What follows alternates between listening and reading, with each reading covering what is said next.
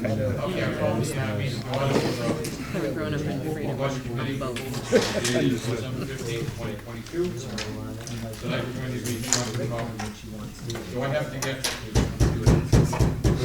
Yes, you do. Hey, quiet.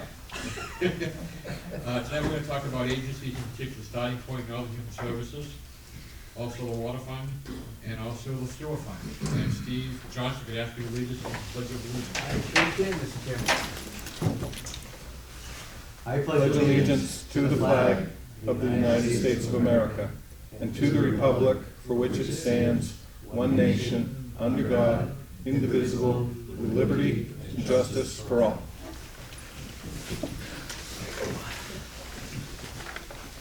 Does the town manager have anything to say before we get started? No, Mr. Chairman, we're, as you said, starting with starting point, and that's page 127 under agencies. Hi. Hi, Who should be? my name is Rita Stoddard. I'm the Outreach and Prevention Specialist for Starting Point. I'm sure that many of you are aware of Starting Point. We've been here for more than 40 years providing free and confidential services for victims of domestic and sexual violence, stalking, and human trafficking, and their children. We have a shelter with a capacity for 13, that's 5 adults and up to 8 children. It's almost always full. We provide court advocacy, hospital advocacy, personal advocacy, financial support, emergency shelter, transitional support, and housing. All of our staff salaries are funded through government federal grants. And if there's any questions, I'm guessing most of you know about us, but I'm happy to talk about it more. Pretty much all of our agency requests have remained the same amount from 2022. Why do you need such an increase in your request this year? So there's been a significant increase in our services over the last 3 years. We went from a full year in 2019 of having a little over 6,000 bed nights to a quarter in 2021 where we had 15,000 bed nights. We're seeing a much higher risk of lethality these days, and just in general, our services have increased significantly along with the costs of all sorts of things. Okay, you provided us with this sheet of paper here that's got some facts and numbers on it. Yeah. And I'm just trying to look at how everyone pays their fair share. So it's a formula that it's down in the bottom, the formula, and we've been using it for some time. It's the new part for this year is that there was an average taken of individuals served and the number of services. So there's a base amount asked from each town, and then the rest of the formula comes from the number of individuals that we served from each town. Okay, for example, if you look at Bartlett, you've indicated 516 number of services in 2022. You're asking Bartlett for $5,810. Right, but we served only 24 victims in Bartlett and 41 in Wolfeboro. I think Wolfeboro is at 9% of individual need, is the fourth one, or I guess the third largest percentage of need is delivered to Wolfeboro. Yeah, looks like Conway's number 1. Conway and Conway ends up with, because we don't have a center in Carroll County, Conway ends up oftentimes being the center for when people arrive in the county homeless. They arrive in Conway, and so then it's counted in Conway. Mr. Chairman? Yes, sir. I have a question. Ma'am, is each of the towns subject to this 51% increase from last year? Yes. Each one of the towns that you're... The increase is across the board, the same increase. So the base per town is the same, and then the formula is the same that we've been, after that, the formula's been the same that we've been using for all these years, which is based on the number of individuals we serve. I understand that, but we're looking at a 51% increase based on what you're asking Wolfeboro to contribute this year. I would assume that all the other towns are subject to that same 51%, is that correct? Yes. They're subject to the same increase, yes. Thank you. Okay, does anyone else have any questions? Yeah, I have a question. Go ahead, Steve. A lot of the agencies have come in and they did level funding, so why is it that you're a 51% increase?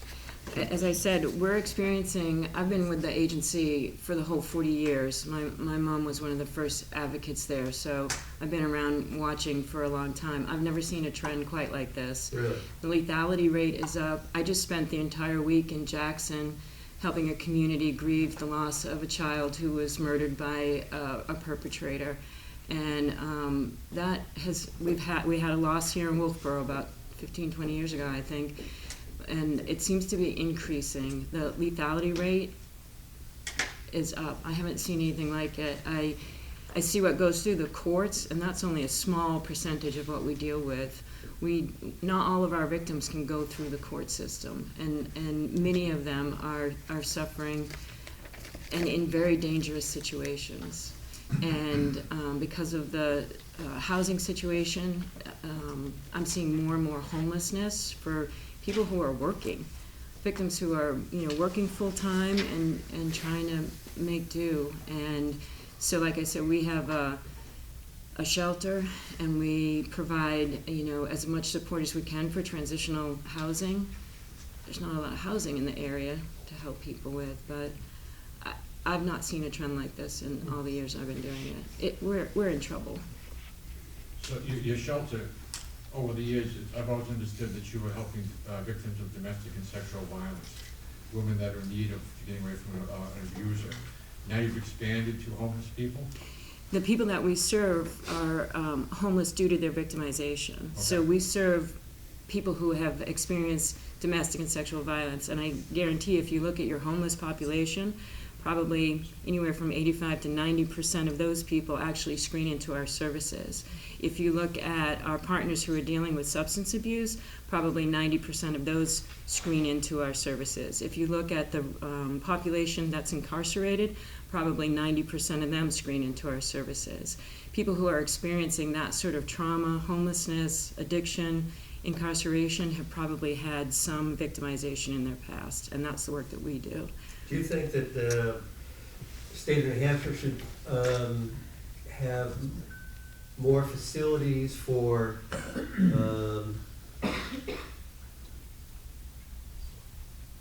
not to necessarily put people, but to assist in their recovery? And I'm looking back at, I have a daughter who's Down syndrome, she's now in her early 40s, and how the state of New Hampshire got rid of Laconia and other institutions like that.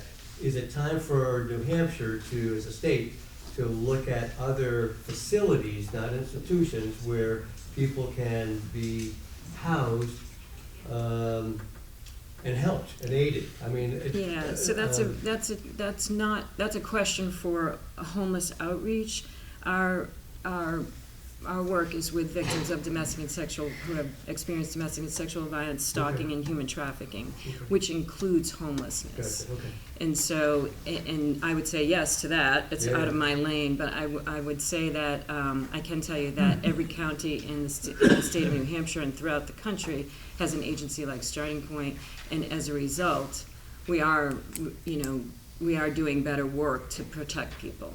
We also, our numbers are up for victimization, but I do want to also share the good news is that our numbers are up for prevention as well. We're attending to even more schools and students in these past 3 years than we've been able to in the past. We have a robust prevention program too. And that program involves, the curriculum is based on healthy relationships, recognizing red flags, understanding green flags, what healthy relationships are, empathy building, and allied behaviors. And so we have our prevention workers in the schools every day. So lots of prevention work and outreach is being done, and those numbers are going up too. And we also just, Go ahead, ma'am. I'm sorry. Go ahead if you Okay. have something else. Starting Point provides a lot of support to our partners, so I don't know if you're familiar with the lethal assessment program, which means if a domestic violence call is made and our police have to go out and attend to that, which is one of the most difficult and sometimes the most dangerous calls for our police officers, the victim's screened in, and then Starting Point is immediately called and we dispatch. We dispatch at 5 p.m., we dispatch at 3 a.m. So we're supporting our local police in each town. If a victim ends up at the hospital, 5 p.m. or 3 a.m., we dispatch an advocate so that we can provide the services right then and there, and we've seen that actually reduces the cycle for domestic and sexual violence, and it helps in the process of healing, so the people who have been victimized spend less time on the journey of healing, which can be very difficult, which can include homelessness, it can include mental health issues, it can include addiction issues. So we're getting in there sooner. Our numbers are going up in part because we're struggling in our communities right now with domestic violence issues, but also because people are disclosing sooner, and so they're calling us more. So there's good and bad news there. You don't have the numbers from 21 and 20, would you do? I don't have that on me. I was just wondering if it's been an increase over 21 and 20. I'm over sorry. what they were back then. I have a little trouble hearing. I was just wondering how many numbers have gone up from last year and the year before? The numbers of individuals? Yeah, for our community. Yeah, I can get that information for you. I don't have it on me. Okay. Yeah. Any other questions? Seeing none, thank you for coming in, ma'am. Thank you so much for Have your, a safe trip home. for your support. Thank you. Okay, Northern Human Services, please. Northern Human Services, page 145.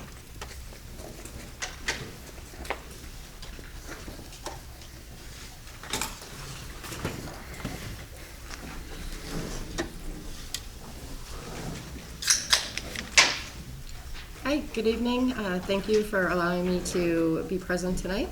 My name is Valita Saraselli. I'm the Behavioral Health Director for Carroll County at Northern Human Services.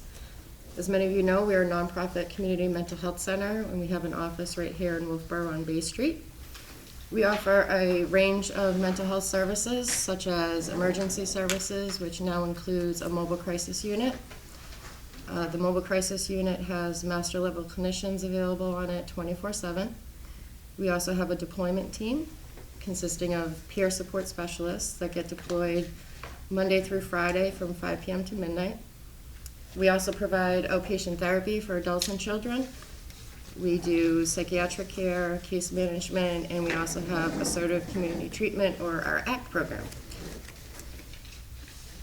Every year, our emergency services mobile crisis runs in a deficit. This is in part due to the clients that we see in that program are either uninsured or underinsured, yet we provide the service no matter what.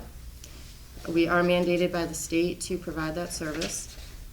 In calendar year 21, we served 151 uninsured or underinsured people from the town of Wolfeboro for a total of roughly 609 hours that came to a cost of about $108,000. Despite the rising costs, we are requesting level funding again this year, and I'd be happy to answer any questions that you may have. Anybody have any questions? I've got just equipment for you. Sure. I've heard, I've had friends that have had to go through divorces, and they've had to take a class through your Child program. Impact Program. Yep. Is that part of this number here, as far as services? Child Impact, it's a very small portion of what we do. That money,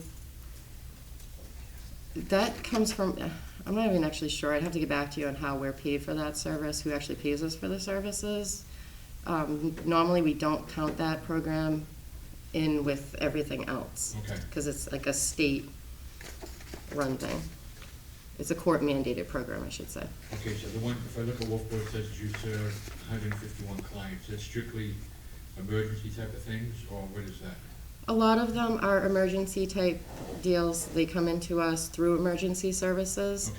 Okay, Some of that number is also people that need our services. They're in crisis, they don't go through emergency services, they just happen to call the office, and because of what they're going through, we'll get them in right away and we'll provide some services to them. And they may not have the right insurance to cover it. A lot of insurances don't cover mental health, surprisingly, in this day and age. so Medicaid would cover that? Medicaid covers a lot of the services. It's if somebody has Medicare, Yeah. so an older adult, Medicare doesn't cover all of our services. Private insurance doesn't cover all of them. A lot of people come to us that need case management. Medicaid is the only insurance that will cover case management, but we won't deny anybody. So if they need our help, we will assign a case manager and get them what they need. Okay, thank you. Any other questions? Thank you for coming in. Awesome, thank you so much. Yeah. Thank you. Thank you.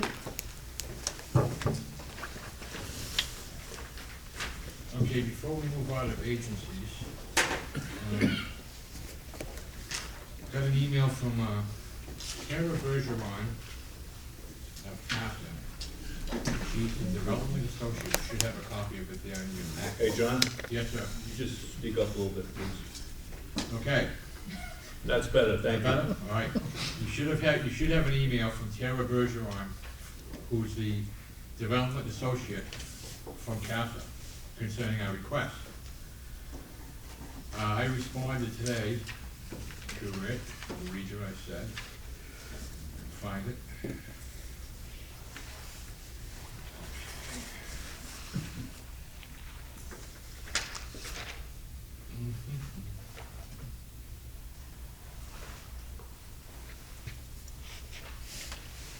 Give me just a minute there. There we go, thank you. Hi, this doesn't answer the main question. How do they come up with that amount for the request? It is sad that you have to turn people away, but why should Wolfeboro pay for other communities short giving? Cops should understand that the Wolfeboro families are struggling also. Further, they're the only agency that requested an increase, a doubling of our generous contribution from previous years. And that was sent to her, and I haven't been a response yet.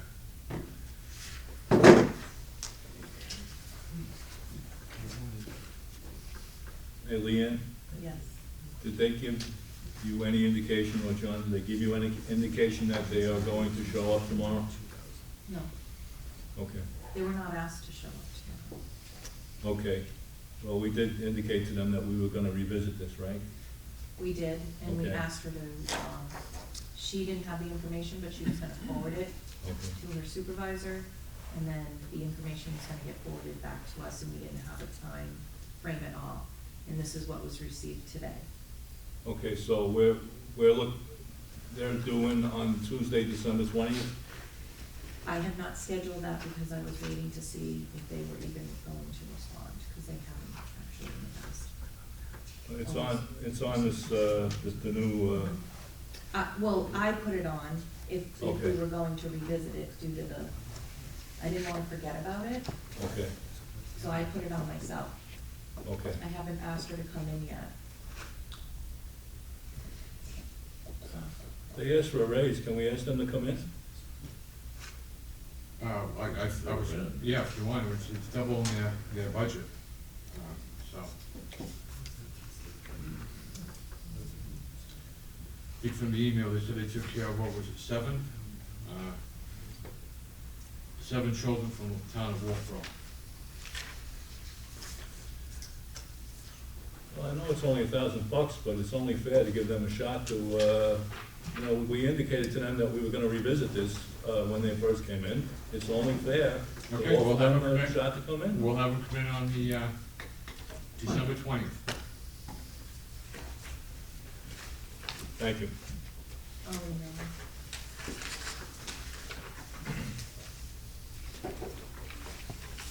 Okay, let's go to, water fund. What page, Jim? It would be under the tab Water Fund, and we'll start with page 1. Some of you probably recognize Steve Randall, Director of Public Works. He's here to assist us with this. And Rod Dempsey. Rod is the superintendent of the Water Sewer Department. Hopefully Rod will be able to answer most of your questions. As you recall, Mr. Ford and Mr. Pike are no longer with us. So Rod is going to be going through the budget with you this evening, and we hope to be able to answer all of your questions. Yes, please go easy on me. Now you just opened yourself. No, I know. I know, yeah. Okay. Rod's been a long-standing employee with the town, and he, 2 years ago, transitioned into the superintendent of water and sewer position, and he's done an outstanding job. And Rod, you just want to give him a summary of some of the things which have occurred this year within the water department? Sure. This past year has been kind of a challenging year. We've been down a couple of employees. One just decided to move on, and one unfortunately was in an accident, so he was out for 6 months, so we were down to a short crew. But we did have a productive season. We did some major leak detection just to try to decrease our loss of water, unaccountable water. We did have 7 main breaks, water main breaks this year. Unfortunately, 4 of them were in the extreme cold months. We did have 36 service line repairs done for leaks as well, and we're continuing to work on that as much as we can. We did some major work on, well, not major work, but we definitely did some work on some of our pump stations. We did some panel upgrades. Still waiting for another one for that. That should be here soon. Do some paving on one of our pump stations on River Street. A lot of hydrant maintenance, which was great. And we're continuing doing meter replacements, and that's about it for now. But feel free to ask any questions. Thank you. I got one. Yeah. Are we still at about 30% loss on water? Still? Yeah. Thank you. I think, Bob, we're actually a little higher than that based on the report that was just put out by Underwood to the Board of Selectmen last week. I want to say it was in the mid-40s range for unaccounted water. 47. 47. 47 is what I. So we have problems, and the standard is to 15%. So we've got some work in the coming years to do on that. We're going back to the future then. Yes. Big thing is we'll save a lot of money. Someday. Can I just- Wasting water. Do you mind if I No, briefly? please. So one thing that I'm definitely looking for to notice the difference is our overnight flows. So compared compared to winter. So once seasonal lines are finished for the year, major irrigation's finished for the year, I look at the overnight flows from the water treatment plant. So you know, if we were to have an average of 450,000 gallons a day, and then we bring it down to 300,000 gallons a day, it's a major bonus. But so I look at their charts normally once a week to see what their lowest flows were for the night. So it was great. Like 2 or 3 weeks ago, we were down to like 97 gallons a minute, not counting for our bleeds that we have throughout town. So which was really good. And then it went up to like 147 as our lowest flows.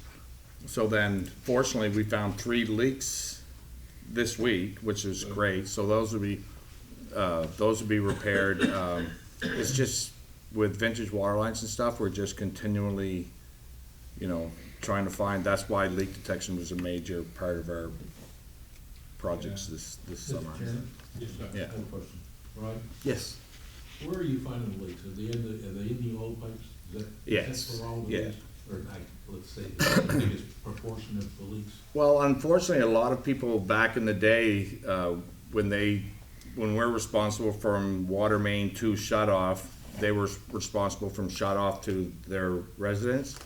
They used improper materials like irrigation plastic, which doesn't hold the pressures and stuff like that. But a lot of it is some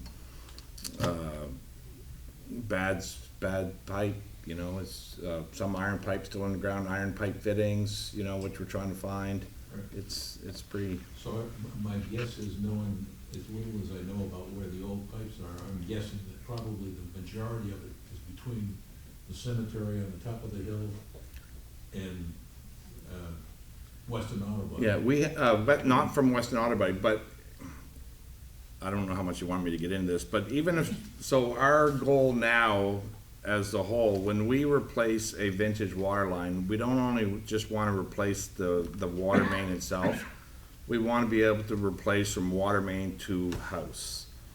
Because if we replace from water main to our shut off, that still leaves the vintage pipe from the shut off to the residence. So Yeah, that's where the and majority of the water- leaks water are isn't being going found. through the resident water. Exactly, so that's unaccounted water. Still a leak. So like with water main breaks, like the one that we had last week, it was probably 200 gallons a minute for, you know, 8 hours. So it's just, there's a lot of leaks that we still can't find. Right, Tom? Many people don't flush their toilets after 2 or so uses because they want to save water. Mhm. Who is paying for this 47% loss of water? Is it the bill paying, No. or does it just disappear into the and So that's treated water? Yes, it's treated water that's being unaccounted for. It's not the stuff that's coming that we're, so if it's not going through somebody's meter? They're not paying. So nobody's paying for this except, the water treatment plant, yeah, it's coming out of the, yeah, to treat the water. is there a way to detect where these losses are coming from? And that's what we're trying to do by doing our leak detection. We'll go to, just for an example, we know Center Street's a vintage line. So we spent time this year by locating everybody's curb stand. We actually bought a really nice leak detector, which you can actually have, well, it has headphones and you can listen to it. The acoustics are very, very good. And so we found some there. It would be really nice if we could get it out to the residents, because basically all they have to do, it's so easy, just go down to the basement and just stand by their pipes, and if you hear the noise, they have a leak. Like it's, like if they're consuming water, you won't hear it, but if you, just a little pinhole, the smaller the pinhole, the louder the noise. It's pretty good. I guess my last question is, from your mains to the residents, I guess the resident has to pay for it, Yes, which, yeah. Yeah, John, Rod? Yes. I discovered that we have about between 120 and 130 pounds of water pressure on Clark Road. And I didn't know that until I discovered my pressure reducer had failed and my hot water tank let go. Right. And so does the high pressure in the system, you think that might have something to do with pushing the water out of a pipe somewhere? If it does not fluctuate, it shouldn't be a problem. If it goes above, like we have a pressure gauge at Mill Street Pump Station, and it will say 132 pounds of pressure. And for some reason, if the PRV or pressure reducing station ever malfunctions and the pressure increases, by doing that, yes, it could by the big jump in pressure, but no. But for yours, for example, if somebody has not, you know, if their fittings and stuff are not great, or they don't have, you know, the efficient or the best type of plastic or copper, and the pressure does, they can blow away fittings and, yeah. In Carpenter School, for example, it blew the top right off of one of their old valves. Yeah. That's it for me, John. Question, John. Yes, John? Notice, you've increased the outside services considerably. Is this an attempt to find out where the leaks are? Let me just get to that page, 'cause I Or wrote some something notes like a here. dig? The back up there? Yeah. The page 9. Yeah, I wrote the notes for. So, The underline 380, yeah, outside contractors, E plus C, all of that. Is that to find out where you have leaks? it's not necessarily where we, This last winter, for example, we actually used outside services, outside contractors to actually repair a couple of our leaks because we were working on other leaks and we couldn't do them. So that seems to be one of the trends. Like, we only use somebody if we absolutely need somebody. Like, we have a small crew, and thank God we can borrow or, you know, ask Highway to help us. But if they're plowing and we have more than one leak, we can't do it. So we'll actually try to get somebody to come out and give us a hand. But it's not only just for that. I want to increase my, I have services that come in and check some of our equipment at some of our stations because some of our equipment is getting older and we need to have it serviced. Oh, yeah. And so that's why part of that was increased as well. Because I noticed in this line, you had the 5,500 for the 2022 budget, you spent darn near 11,000 so far. That last year, we actually had 2 water main breaks and we actually had to get another contractor to come in and repair 2 other leaks, one on Center Street and one on Middleton Road. Okay, so this is just for repairing this. Basically, basically for extra help if I need help, and basically for some of the outside service contractors that I may need to come in and calibrate in some of our equipment, if that helps. Sounds to me like you need to put some more efforts, stress on trying to find out where the leaks are. Yes, you're 100% right. What line is that in the budget? It's not a budgeted item, it's just manpower, basically. It's under general wages, I believe. We've done warrant articles to focus on that also over the years, so. Yes, Yeah. Yeah. So we did, you know, I'm sure at some point that we allocated more money for machinery and equipment for our leak detection equipment, which is very expensive, like $8,000 that we paid for our leak detection. is that in this year's? Not on this year's. Not on 2023? We purchased it previously, so we have the equipment. We just need the manpower to actually go out and look for more leaks. So you don't need more equipment? I don't need that particular equipment, no, not for leak detection, no. It's mainly labor now I need, which, I don't see any significant increase, in fact, well, there's only a 6% in labor cost. yeah, we're gonna continue to, when time permits and we're not doing other projects, we're focusing on our leak detection. The other thing I would say about that, John, that we actually discussed it as recently as this afternoon.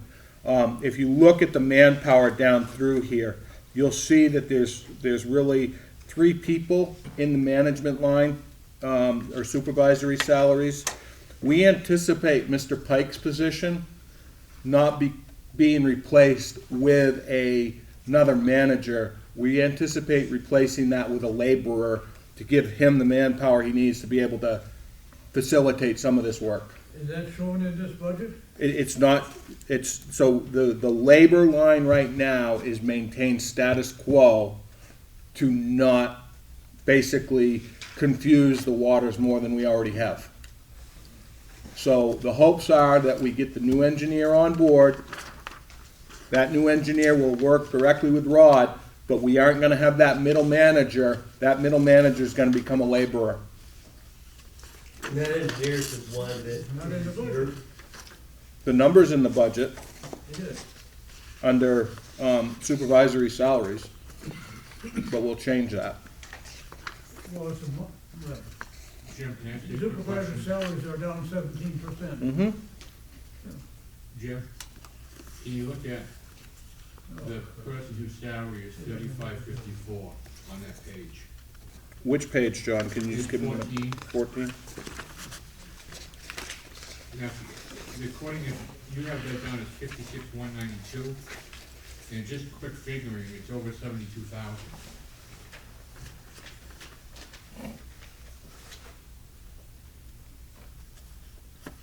Okay, what was the number you said again? Well, on that sheet, it shows page 14, if you add up all those numbers, that it equals 56,192. and it's about 20,000 short, I think, but it should be around 72,000, just quickly adding up the numbers.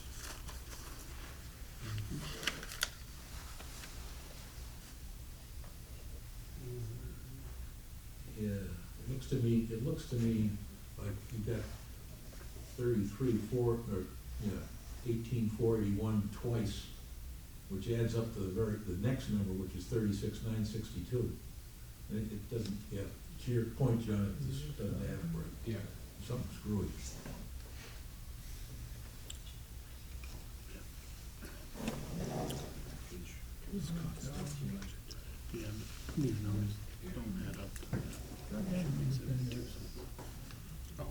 I see what you're saying. I haven't added all those numbers up to see if they equal 110, 698 or not. I just did a quick look, John. It seems to me that the three numbers in each of the categories here, they all add up right, except just that one. The bottom line. I mean, if you go all the way across, the insurance and FICA and all that, does it equal that particular amount that they have, or is it $20,000 shy?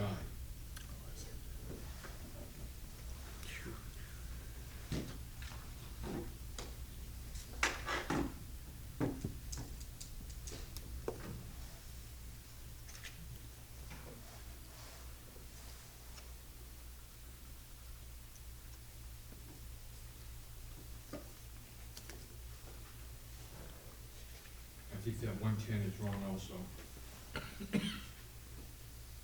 You're correct, that is wrong, that's what I just added.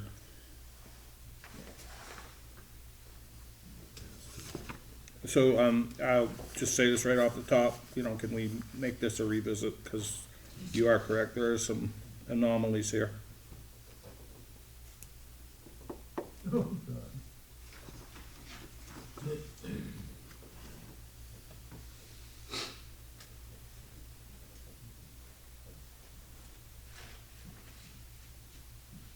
And you say that Assistant Director Scott Pike, that's gonna get phased, and that's gonna get to a laborer? Correct. Okay. Yeah, if you add those numbers up, that 56 should be, That 56 should be 73. that's right. So, yeah, can we make this labor line a revisit, please? Yeah, should be any adjustment on that salary for, previous salary for Scott Pike? So again, this is a very fluid conversation, we had it today. I think, let me say that I'm hopeful on revisit night, we can relocate that to the labor line out of supervisory salaries. Does that work? Okay, thank you. Okay, so we did 100, 200, 100, 200 revisit. 300 series.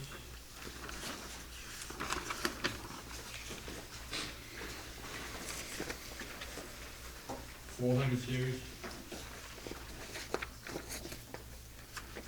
I have a question on, line 430. Okay, What's the 5-year average on vehicle maintenance? Well, we don't have it, is that correct? I've got it. What, I've got it. 7,019. 7,000? 7,019. Where did you get that number? Right here in the 5-year average. On 430? Line Where the 430. hell is that? 5-year average is $7,019. Thank you.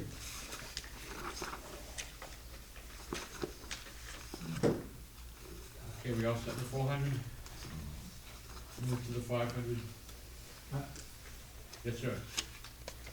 I do have a problem with line 430. Okay, I would like to make a motion to adjust that line to $7,000. is there a second? Any further discussion? I would just like to hear from the, Page 7. I'm sorry. I'd just like to hear, I think Bob's correct, that it should be higher, but I'd also like to hear from the department heads. Would this figure 500 just kind of come out of nowhere, or did we miss something, or what? Because the 5-year average is 7,000 plus. I mean, I think when you look at it, I think they've explained it quite well. Backhoe tires, 1-ton truck work, truck tires for the pickup, rust-proofing materials, unanticipated repairs, and a defined repair on a transmission. So the big, I guess the question comes down, we've got a couple of items in here that are one shot because we've got an issue we've got to address. Tires. If it's not an ongoing thing, it's gotta come out of there, so we don't skew the average. Maybe consider it a capital outlay, whatever, but, you know, Well- we've got, you know, a transmission for WS3 at $3,500, is that gonna happen every year? No. Well, that's my point. Well, but are we gonna break our own rules of capital outlays of $10,000? I hear you, I'm going through the Mhm. exercise in my head. So, if I hear this right, then if we come around next year, we would expect to see this on a downward trend. Because we will have paid this $3,500, that is not a recurring expense. Therefore, it wouldn't show up next year, therefore, we'd be down around $6,000 as a request. Unless they need And another, I'm just going through the logic in my head. yeah, unless they need another transmission for another truck. Well, I'm just saying, because next But year, I they're think not it, gonna buy yes, the it's tires for the a back of the one-time deal, backhoe, and the which next year you the should front see it come ones down. are, But we that's where I did, got I think it was like $1,500 $10,000 for the or front, more and then than the it's capital no, outlay. no, I So- understand. so- I'm not so saying it- it's logic, but I'm just Okay, yes, You no, know, I we have understand what you're the saying. line the It- concept here, it's- If we reach Well, the- a lot of them do This that, you year, know, I understand. life takes it, even what we spend on legal for compared to whatever comes up. I understand, but a 90% increase is steep, that's all I'm questioning.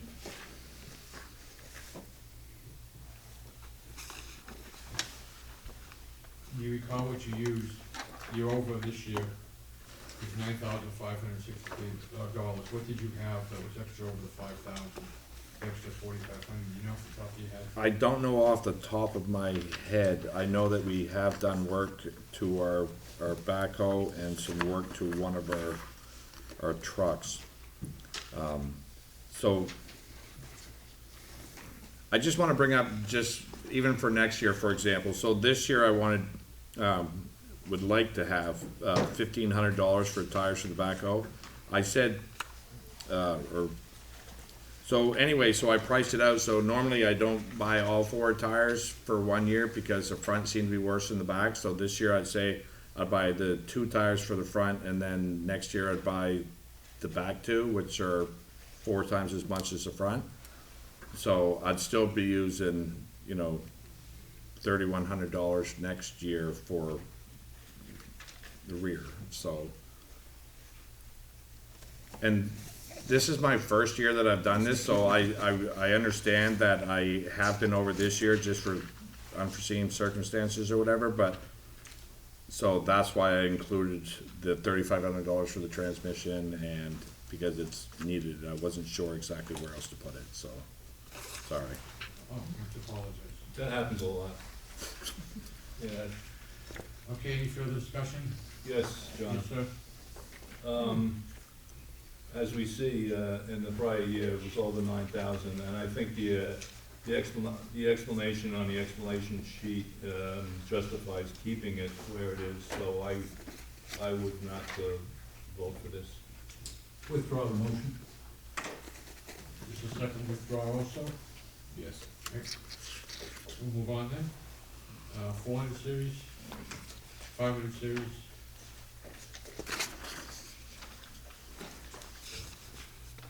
$700 series. Yes, John. Yes, sir. Am I on the right page here now? It's a machine, 740 machinery and equipment. It says 9,000 for trench box replacement. Am I on the right page, is that it? Yes. So my only question is, I have no idea what a trench box is. I actually have a picture. Well, I have a different one, but it's just to, sure. That'd be great. When they're working in the ditch. Oh, so you can pass that around. All right, so this is that protective Yeah. device, so you don't have a collapse on you. Right. I take our meeting, work too many construction details. I still have very good fingerprints. Glad you do, I know. So, we're back to the same thing, again, this is not gonna be a recurring thing. No. Next year, we should see a That's correct. increase in this line, Okay, so we unless something else breaks, right? Exactly, which we're hoping not. okay, so, 700 series, we're all set on that. 800?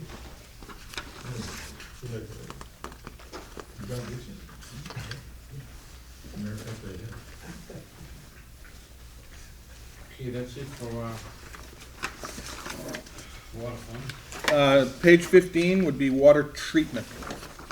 You wanna do the capital outlay, Jim, at the end? Yeah, we'll do that at the end. Okay. So, but page 15 is water treatment plant.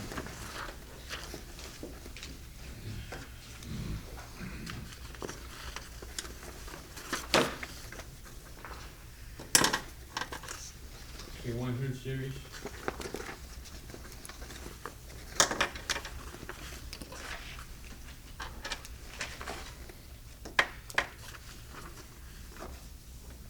Phone stipend, 133, 200% increase, just curious. I believe it was for 3 employees. For, Yeah, it must be. yeah.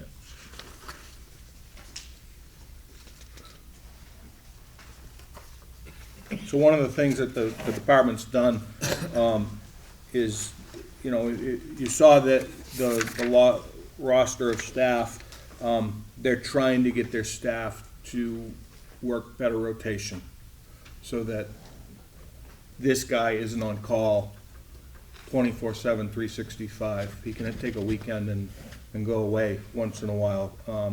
And whenever there is a problem with a water line, sewer line, water treatment plant, dispatch gets a telephone call, and they have a call list as to who they make the telephone call to, whether it's 3 o'clock on a Friday afternoon or 3 a.m.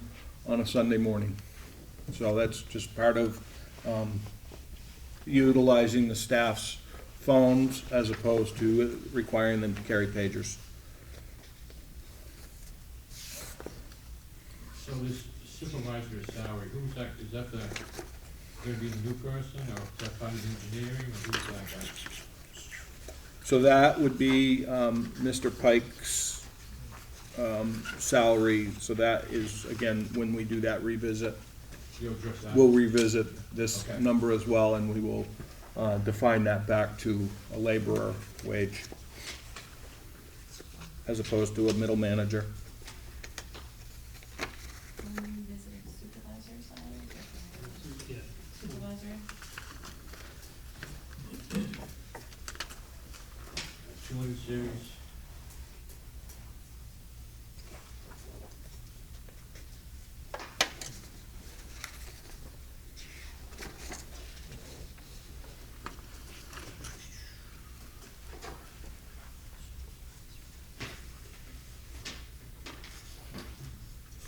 Series.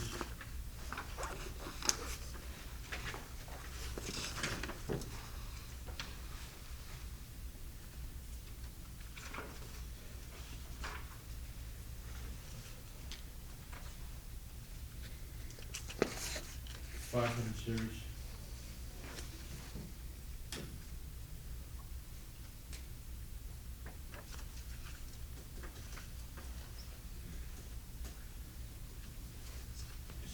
Series. Educational question on line 610, please. Okay. General operating supplies, Rod, these soda ash and all these Yep. chemicals and so forth, those, how are those used, if I may ask? Or you just don't have to go into great big detail, but how is all this stuff used? Basically, depending what you're trying to accomplish, these chemicals, and first of all, you see the price did go up, and it was because of chemical prices. Soda ash and alum, phosphates, treating pipe, doing the pH, doing the clarity of the water, all those chemicals have gone up. The chlorine that they purchase, yeah, it's quite a process. If you haven't been there, you should take a run up, and it's pretty amazing to. I will do that. And if I remember correctly, Rod, these are bid out annually. Yes. So these are bid pricing. We put them out to all the suppliers, and this is what we get for bid price. That's correct.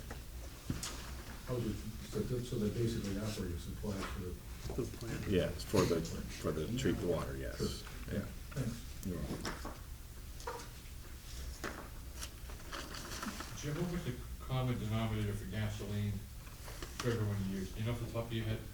So it's been a moving target each month. What John? was the department's instructed to use for a number? You know? It says right here. I can't remember, it's in the 28. guidelines. It's pretty Yep. consistent. Was it 328? Yeah, that's what's on this page, Okay. yeah. Thank you. So we should be getting an update on that. We're working on closing out the books on the, fuel purchases, and we should have an update here shortly about what the current price of gasoline is for us, so we may be able to make an adjustment downward, we hope. On all the departments? Correct. Okay, thank you. Okay, 400, 500, 600,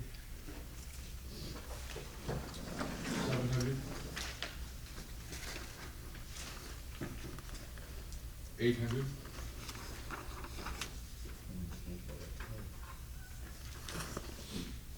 And that's it. The next would be sewer fund.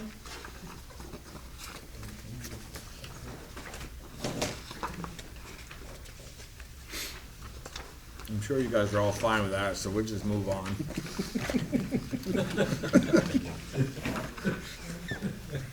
That didn't work, right? Yeah. Just remember, he's the guy you gotta call when you're backed out.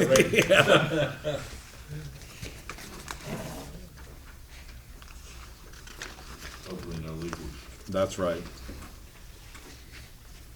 Jim, can you just explain page 3? Sure. What that's gonna be all about? So again, I mean, this, you see the manager, the middle manager, and the laborer. The sewer department really only has the single laborer. I can't explain why Rod's salary wasn't broken out in this when we did this previously.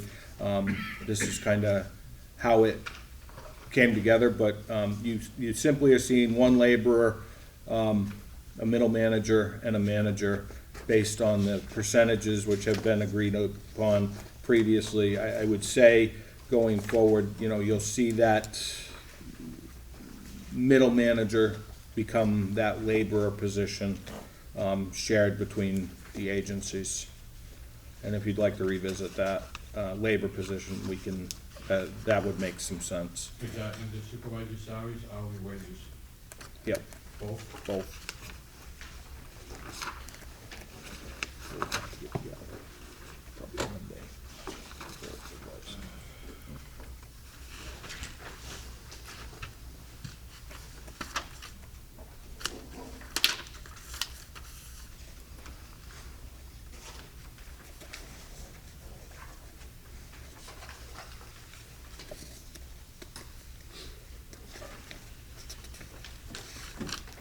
Page 200 series? Sorry, where are we? We're in sewage collection, 200 series. Yeah, sorry.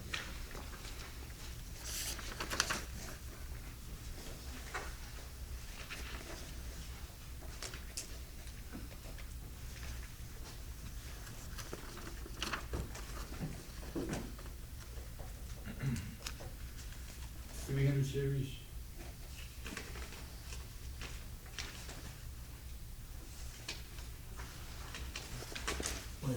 please? Yes, sir.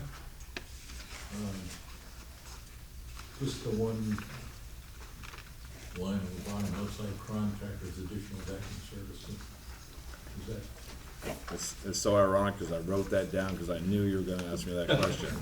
I got to highlight it. Yeah. So basically, this past year as well, getting to some of our older services and stuff on Center Street, for an example, we actually had to get an outside contractor to come in and line a pipe, cut roots, services that we can't provide, rather than digging up the road, and it's a really rough spot to dig up because of traffic. So it seems like we're using them more often, and as well as our vac truck services, we're actually been using their camera services more often. If we're having issues, they can come camera our mains. We do have a camera, 2 camera some of our mains, but they have a bigger one on wheels. We can only do, if we have too much flow, we can't see anything. So hopefully we don't have to, but we have had to in the past. okay, well, let me ask you this question, then. If this is an ongoing, I'm assuming this sort of thing is an ongoing issue, right? Yes. What's the camera cost? Their truck, 65,000, 75,000. Oh, Yeah, it's a truck, not van, camera? it's a truck, and, if not more than that, actually, their equipment, our camera probably costs 15,000, and, yeah, there's, you can change the wheels, you can go up pipes, it's pretty amazing. Thank you. We can get one if you want to. Just said thank you. Yeah, Just said thank you. yeah, exactly, They're looking for donations. yeah. Do we have to own it? Can we hire a outside service to, We do. you do? For this, and that was your question, right? It is an outside service that we actually hire a company to do it. But we also do it on our own, but only to a certain extent. We can't go. Yeah. Okay. Thanks. Roger, those guys, so you don't have to dig up a road if it's a very bad area. Do they come in and run a pipe for you underneath the road? Is that how that works? They can pull pipe, actually. They've done one on, off of Pleasant Street. Okay. They pulled a pipe, somebody's service was on somebody else's property, so they actually put a cable through and they could actually pull a pipe. It's very, very, very expensive, Can but, they put a pipe back in though? Yeah. They do both, put a new one in and take yeah, out an old one? exactly, yeah. One of the things we're contemplating right now with one of the road construction projects that you'll see next year, we're going through the process right now of cameraing that sewer line.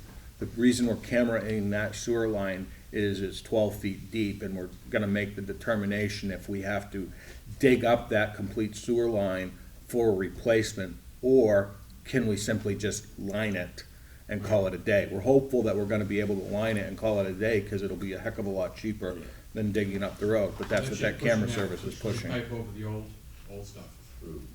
And line it. Line it. Okay. They did that on Pine Street, actually. Oh, they did? Yeah. Okay. And we're hopeful to do that on Green Street this year as well. What do they line it with? What material? Plastics? It's some, I don't know the exact ingredient or whatever, but when they, polymer or something. yeah, it's a polymer, and as soon as it comes out, it just hardens, like, it's amazing. It comes in a tube. If you YouTube it, it's pretty cool how they run it down through, and they just cut the end, and it just hardens and feels it. Any cracks or blemishes or anything in the pipe, it seals everything and gives it a nice. Almost like lining So a they sushi. start Basically, concept. same They Start thing. at the far end and they go backwards with it? They'll start whichever end works. It doesn't matter if they can go up, they can go down. It just pushes it through. And then they It's have a pretty machine easy to that can go in and cut the services through that as well at the same time. How They long charge does by that, the foot? Yeah, Yeah. how long does the lining last? forever, I Forever, guess, I they think. say. Yeah.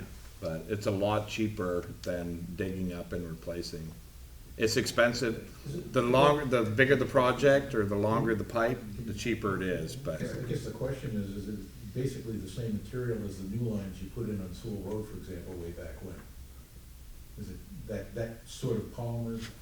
it's not, like Schedule 80 pipe or something. It's It's like a membrane. Oh, okay. Yeah. I got you. Yeah. Yeah. And Flexi Seal. Yeah, It's like basically. It's a big tube of Flex Seal. Yeah. Okay, Oh, good. 400 series. 600 series. 700 series. 800 series. 900 series.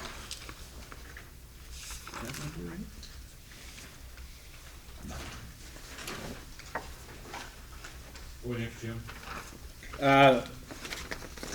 Next would be wastewater treatment plant. Page 11.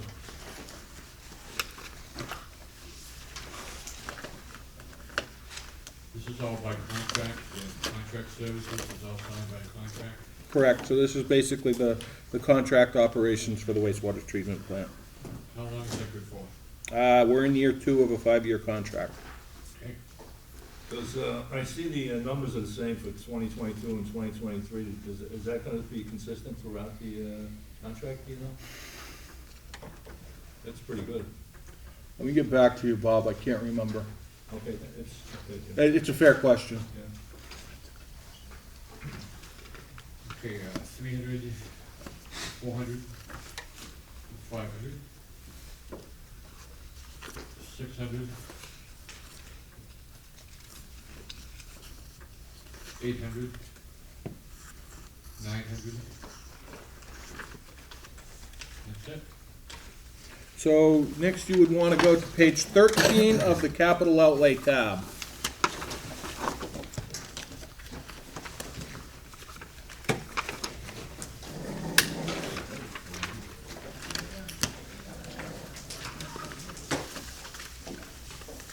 And the first item up is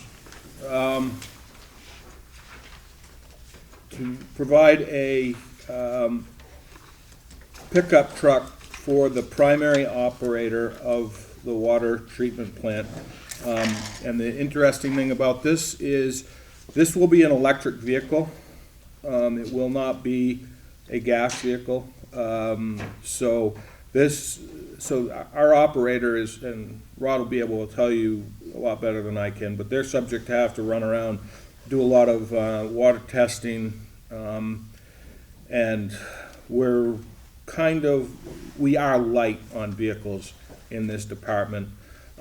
So this would bring in a truck for the primary operator to be able to go around, do his testing, and the truck that is scheduled to be replaced at this time, we would keep because it's actually in excellent shape. And again, Rod can answer any questions that you may have a heck of a lot better than I can. I do. Go ahead, Bob. Just actually two things. I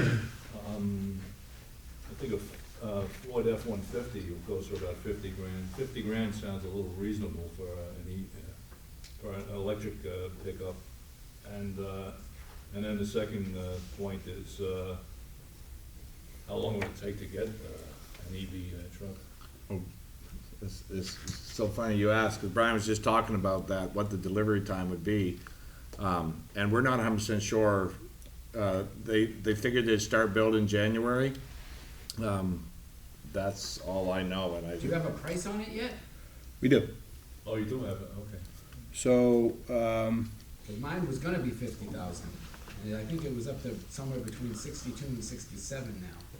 Same truck? Same truck, I put mine on a year and a month ago or something like that, or a year ago. So they were telling us between $45,000 and $50,000. The truck we have reserved, and I'm just trying to find in the email that I have now. Can't seem to put my fingers on it, but I was, and Steve, I think, can back me up on this. I think they were talking about a January completion date, and they would hold it for us until the town meeting, and it passes, if it passes town meeting. If it doesn't pass town meeting, we're not out anything. They'll sell it for 50% more. Yeah, to Brian. So you guys are probably going with the smaller battery, correct? I'm not really familiar with what I'm guessing. they've ordered. I Is just, that what you want for a vehicle ride? personally, I think it's gonna be a great vehicle for what, the water treatment plant operator requires. He doesn't need anything really heavy duty or anything so as far as traveling and doing his day-to-day tasks, that'd be perfect. An equivalent, he'll be getting 80 to 90 miles a gallon, and there'll be less maintenance on it. We'll have to put in a charging station too, I take Yeah, it. yeah. What do they cost, I wonder? I'm not $400. sure. First week of December. How much? $400. Go ahead and, Does it need a pickup or? Yeah. Yeah. So the last email that I have from, came from Grapponi through Ben, our chief mechanic, was, it's got a priority code showing, build week of the first week of December. So it should be in production now, actually. Wow. So this thing might be ready to go before the budget's passed. Yeah, the only problem with this is this comes out in the default budget, but I can't imagine the budget not passed. that would be correct. Yeah. That would be correct. And again, you know, I would not feel comfortable about acquiring this in advance, because as we've said, this is an expansion of the fleet. You know, if we had the money in capital reserve and it was not an expansion of the fleet, it was just maintaining status quo, we'd pull the trigger as quickly as we possibly could. That's why the selectmen are designated as agents to expend that account. I'm not comfortable with that based on this is an expansion of the existing fleet. Right, right, so this thing might be ready to go, the day after the March vote. Holy cow, I think it's a good idea too, so. I think given the constraints that we have on the budget already, and the other warrant articles coming down the road, I don't think it's necessary. So I respect that. The only thing I would remind everybody is this isn't a taxpayer item. This is a water user's rate fee, so this has no tax rate impact. This is on the users of the water system, and this is factored into the rates. But it's still gonna show as a number on our budget.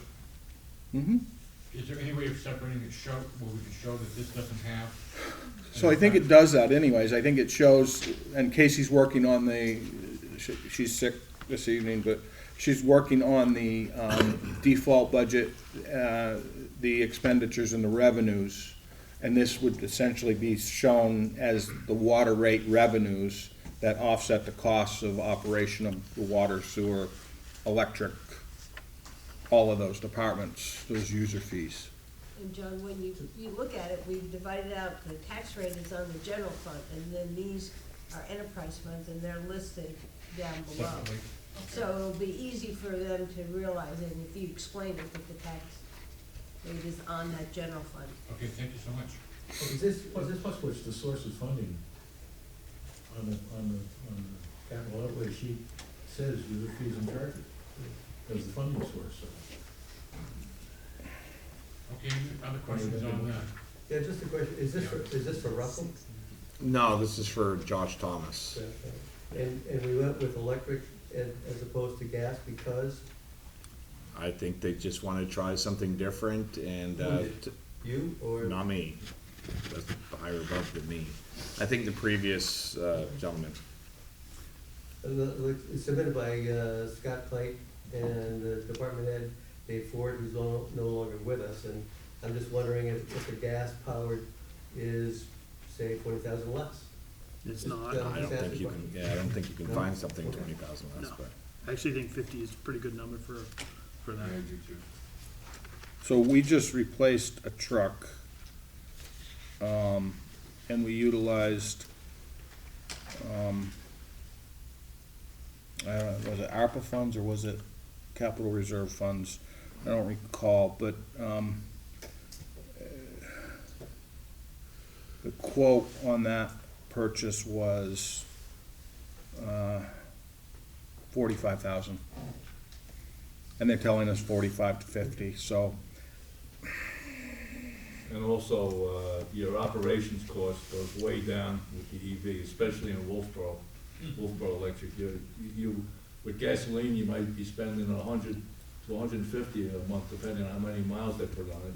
With EV, you might be spending $30 a month. It would be a significant savings in operation.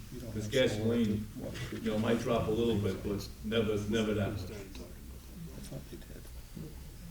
What's the cost of a replacement battery with battery sales? The batteries in the EVs and hybrids are probably guaranteed for 100,000 miles, 10 years. I would think most of them are. So I would think the vehicle would probably be swapped out about the time the warranty would be up. I think it's a win-win. What we're running into with problems with the vehicles, the big trucks, the diesel trucks, diesel is junk. It doesn't, the emissions is killing the motors, and the trucks are rotting out from underneath themselves before we're running into engine problems with these Have we ever vehicles. explored a simple, not a car wash, a truck wash? It doesn't do the top part, but just simply they run it through, and the underneath sprays the salt. And So- when they come in, they just go through that and get the salt off it, and then, because you can have a 10-year-old vehicle that has done that through a car wash, and a 5-year-old vehicle that hasn't, and the 10-year-old vehicle will be in much better shape underneath, rust-wise, than the other. So, excellent question, and what I would say to that is, we've run into problems with the dump bodies on trucks, and as a result, we put fender liners on the trucks that are plastic to try and help alleviate a lot of that problem. When I was fire chief, I looked at a wheeled pressure washer that you could wheel underneath the vehicles. The challenge with that is you really need to have a pressure washer and then this device on top of it, and that is a little bit pricey. Is it something that we should do? Yeah, we probably should. And I think that's something we can look at in the coming year. I just think, Mr. Town Manager, with the amount of vehicles that we've got, that we keep adding to it year over year, seems like, police, fire, public works, and so on, it might be something that could work very, very nicely for us. Ounce of prevention. Ounce of prevention. At two different board meetings, I spoke and I read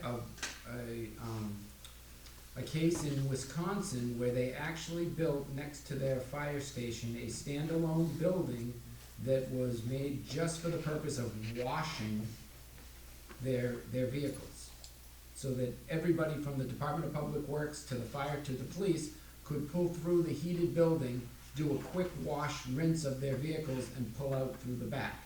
So it was basically their municipal wash, so that they could take and they could, on a regular basis during the winter, keep their vehicles salt-free. So we wash now in our garage. It's heated, the flow drains are in there. So like today, for example, the guys had in, between yesterday and today, they went all through their trucks, they hosed them all down, knowing we're gonna go right back out in it tomorrow. And so then on Monday, they'll do the same thing. They pull their spreaders, and they clean their trucks. That same wheeled undercarriage pressure washer I have is ready to tee up for us for first of the year. Good. And I think that what you're hearing is, we've got a director of public works who's actually on site working with the staff, saying, look, we need to take care of the vehicles in better shape, and this is what I'm implementing for you guys to do. And hopefully, Steve, we see dividends on that rolling forward. I'm sure you will. If you stay with the program, absolutely, see dividends. Thanks. Not to belabor this, but do you know of any other, municipalities or large business fleets that are moving towards EV vehicles? Is the state, DOT? So the only one that I can think of, Brian, I believe Dover Yeah. has made a pretty big commitment to transitioning a lot of their vehicles to EVs. Other than that, the only other one that I know is the police department, and they're telling me great luck with the Tesla with reduced operational costs, but that's it. still new, still Very new, technology. very new. Are we all set with the, that $50,000 request for electric pickup truck? Yes. So next item, and I think I'd like to hear some input on this one regarding the water meter replacement program. So as you can see here, we have over 2,200 meters in the town of Wolfeboro. Replacement schedule says that we should be replacing these things between 10 and 15 years. I would anticipate next year that, you know, $1,500 is replacing very few meters at this time. What Rod and I discussed today was, you know, look, let's create a true asset management plan for this and come forward in the future with a plan to replace 10% of the meters each year. And, you know, that 10% is going to be a substantial increase from the $15,000. How, in the future, would you like to see this handled? As a capital outlay item or as a budget item, because every year we're gonna be asking for that same number? I can see if this, again, this is a recurring thing and is almost predictable when you're gonna replace it. It seems to me that the approach should be, I'm not agitating for budget, but I am agitating for capital reserve of some sort, depending on what the expense is. It may wanna be a budget item if it's not that big, but I don't What wanna. did we say the estimated cost was? If we're doing it right, it was like $50,000 to $60,000, is that what it was? Yeah, well, like 45. Is this part of the water fund? Does this have an impact, or is this not? This is water fund. Okay. So I'm with Bob. I'd say put it in as a budget. I'd rather see it as a budget, as a separate item, and do a capital outlay or fund it that way. But I'd rather, if it's. Or do it as a line item in the budget. Yeah. So if we put a new line item in 2024 that says water meter replacement program and just inked it that way. We had a conversation about this today I think it's- because we've I got don't to want- address the I don't problem want going to spend forward. a fairly big number, you know, as a line item, but having said that, it's an every year expense. So therefore, it John? seems to me that warrants it being a budget item. Tom? Did the electric department do this? And if they did, how did they cycle through replacing the meters? Didn't they go remote in some ways? I think it was a big ticket item in the year. Yeah, I'm curious. I can't remember. I just know that they did the same basic thing. I don't think that they have the same issue with maintenance and wear and tear in those Yeah. meters where the. This actually is a mechanical piece of equipment that has every ounce of water runs through it. So if you did 10% each year, at the end of 10 years, you'd have to start again. So the lifespan is about 10 years. Yeah. So yeah, absolutely put it in the budget, I think. Yep. That's the direction we want to hear. So we're asking for $15,000 this year. Next year is probably going up. I don't agree with putting it in the budget. I think it should be a separate account. You can draw from it. John? Yes, sir.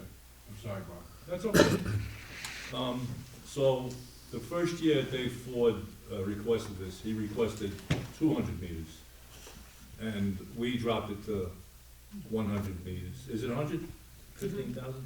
Yeah, that's what it was, but the price has gone up, so, well, now you can get 94 meters for 15,000. Oh, okay, so he wanted to do 200. We dropped it down and he kept it at the 100 forever. It's something that we're doing every year. I believe it should be in the operating budget, in water distribution, because it's a recurring item. We're doing it every year. If it's in capital outlay, it comes out in a default budget. If it's in the operating budget, it stays in, because it's a recurring item that's done every year. So I think you have a better shot if it stays in the operating budget. And also, we approve it every year, so, you know, the money's going against the water rates, whether it's in the capital outlay or in the budget. However, capital outlay, it will come out in the default budget, and you don't want that, so. And if the meters run slowly, does that add to our unaccounted Yes. for water loss? So Absolutely. there we go. If we, I might say 32 and a half years in my house on Long Island, that meter never slowed down. If anything, it sped up, so, Yeah. but, you know, but it is what it is, it's, I get it. This has been going on for many years, so many replacements. Have we done all of them at least once? How far are we? So, from my understanding, back in the 90s, they had a company come in, and I'm not sure if anyone's familiar with that or not, but they came in and they changed like 95% of the, at that time, there might have been 2,000 users, I'm not 100% sure on the numbers. So those ones are all changed by an outside company. So since then, we've only been changing as many as we can afford to in that particular year, trying to get the ones that need it the most. So when my guys go in for a water leak or for meter or repair or for an MIU install or something, we look by the age, and then if we feel that it needs to be replaced, that's how we've been doing it. Okay, and you guys have, we have an asset management program? that you- We don't have, we do have, we're still in the process of making it more user-friendly. Okay, but we know the houses that we've done so Yes. far. Okay. And they also, when they changed all the meters, they put expansion tanks in each house that they changed. I heard that they did that, because now we're not, as far as my understanding, we're not responsible for expansion tanks in the house, so, but then they did back in The the, only problem with that is, as I said, 130 pounds of water pressure. The air pressure in the expansion tank is supposed to be equal to the water pressure. okay. And these guys just put them in, they set it 50 pounds, so I would imagine a lot of people lost their expansion Oh, tanks probably, fairly yeah. quickly. So if there's any installation, it should be past the pressure reducer valve. Yeah. So I moved mine over to my water heater. Well, that's something that we're doing a lot, because there's still houses out there that don't have pressure reducers, and in some areas of town, you don't really need Right, one, right. because the pressure's not there, but we try to enforce that. Water tanks don't last long. No, you're right. Okay, Jim, anything else? No, I believe that is everything for the water and sewer department. We did have a couple of other capital outlays, but those were denied. The tractor, and some other ancillary work that could go in Give us a line. list of all the capital outlays that have been approved. Yeah, they're here, I can, Well, I'm just trying to, you said you put the ones for the business, so I just wanted to get them on site.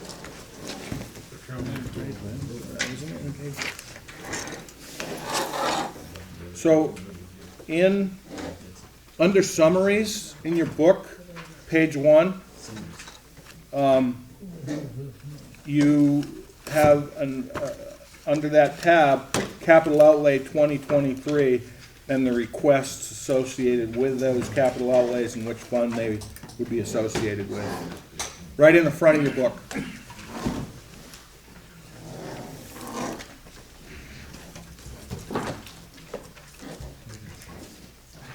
Under summary? Yeah, open the summaries tab, it should be the very first page behind summaries. Gotcha. There they are. How about that? There they are, 145,579 if I'm reading it right. 146,579. That's last year. Last year, sorry. Correct. This year, 644,138. correct. Thank you. So I'm looking at the right number. Or is it 353,878?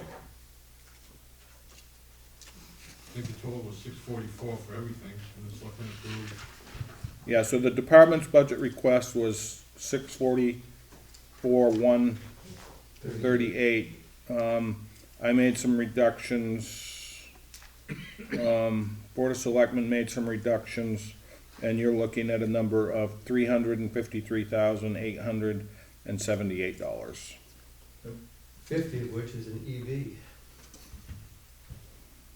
So I have one more question for Jim. Go ahead.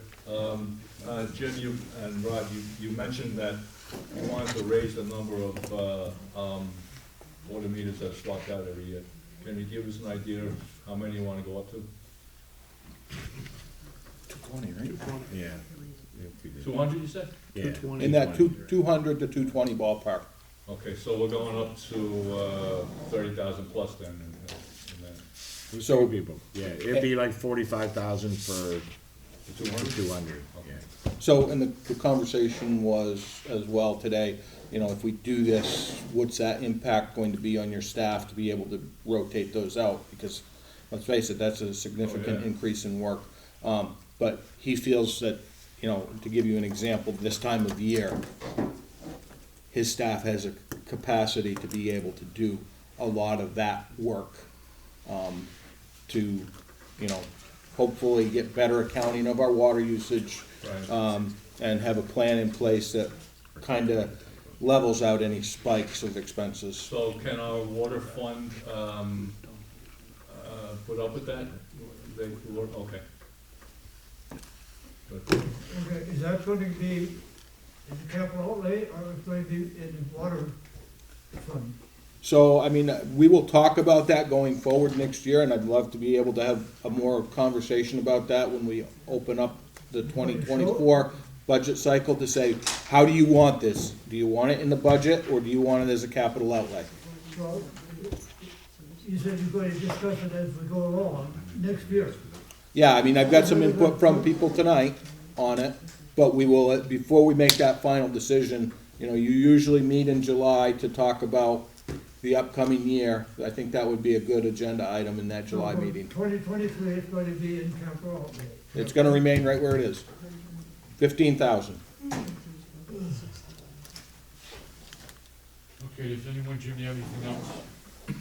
I just would like to thank Rod and Steve for coming in and helping me with this tonight, because, Yeah, thanks they for going easy on me. certainly didn't have to, and, they've done an outstanding job in a tumultuous time.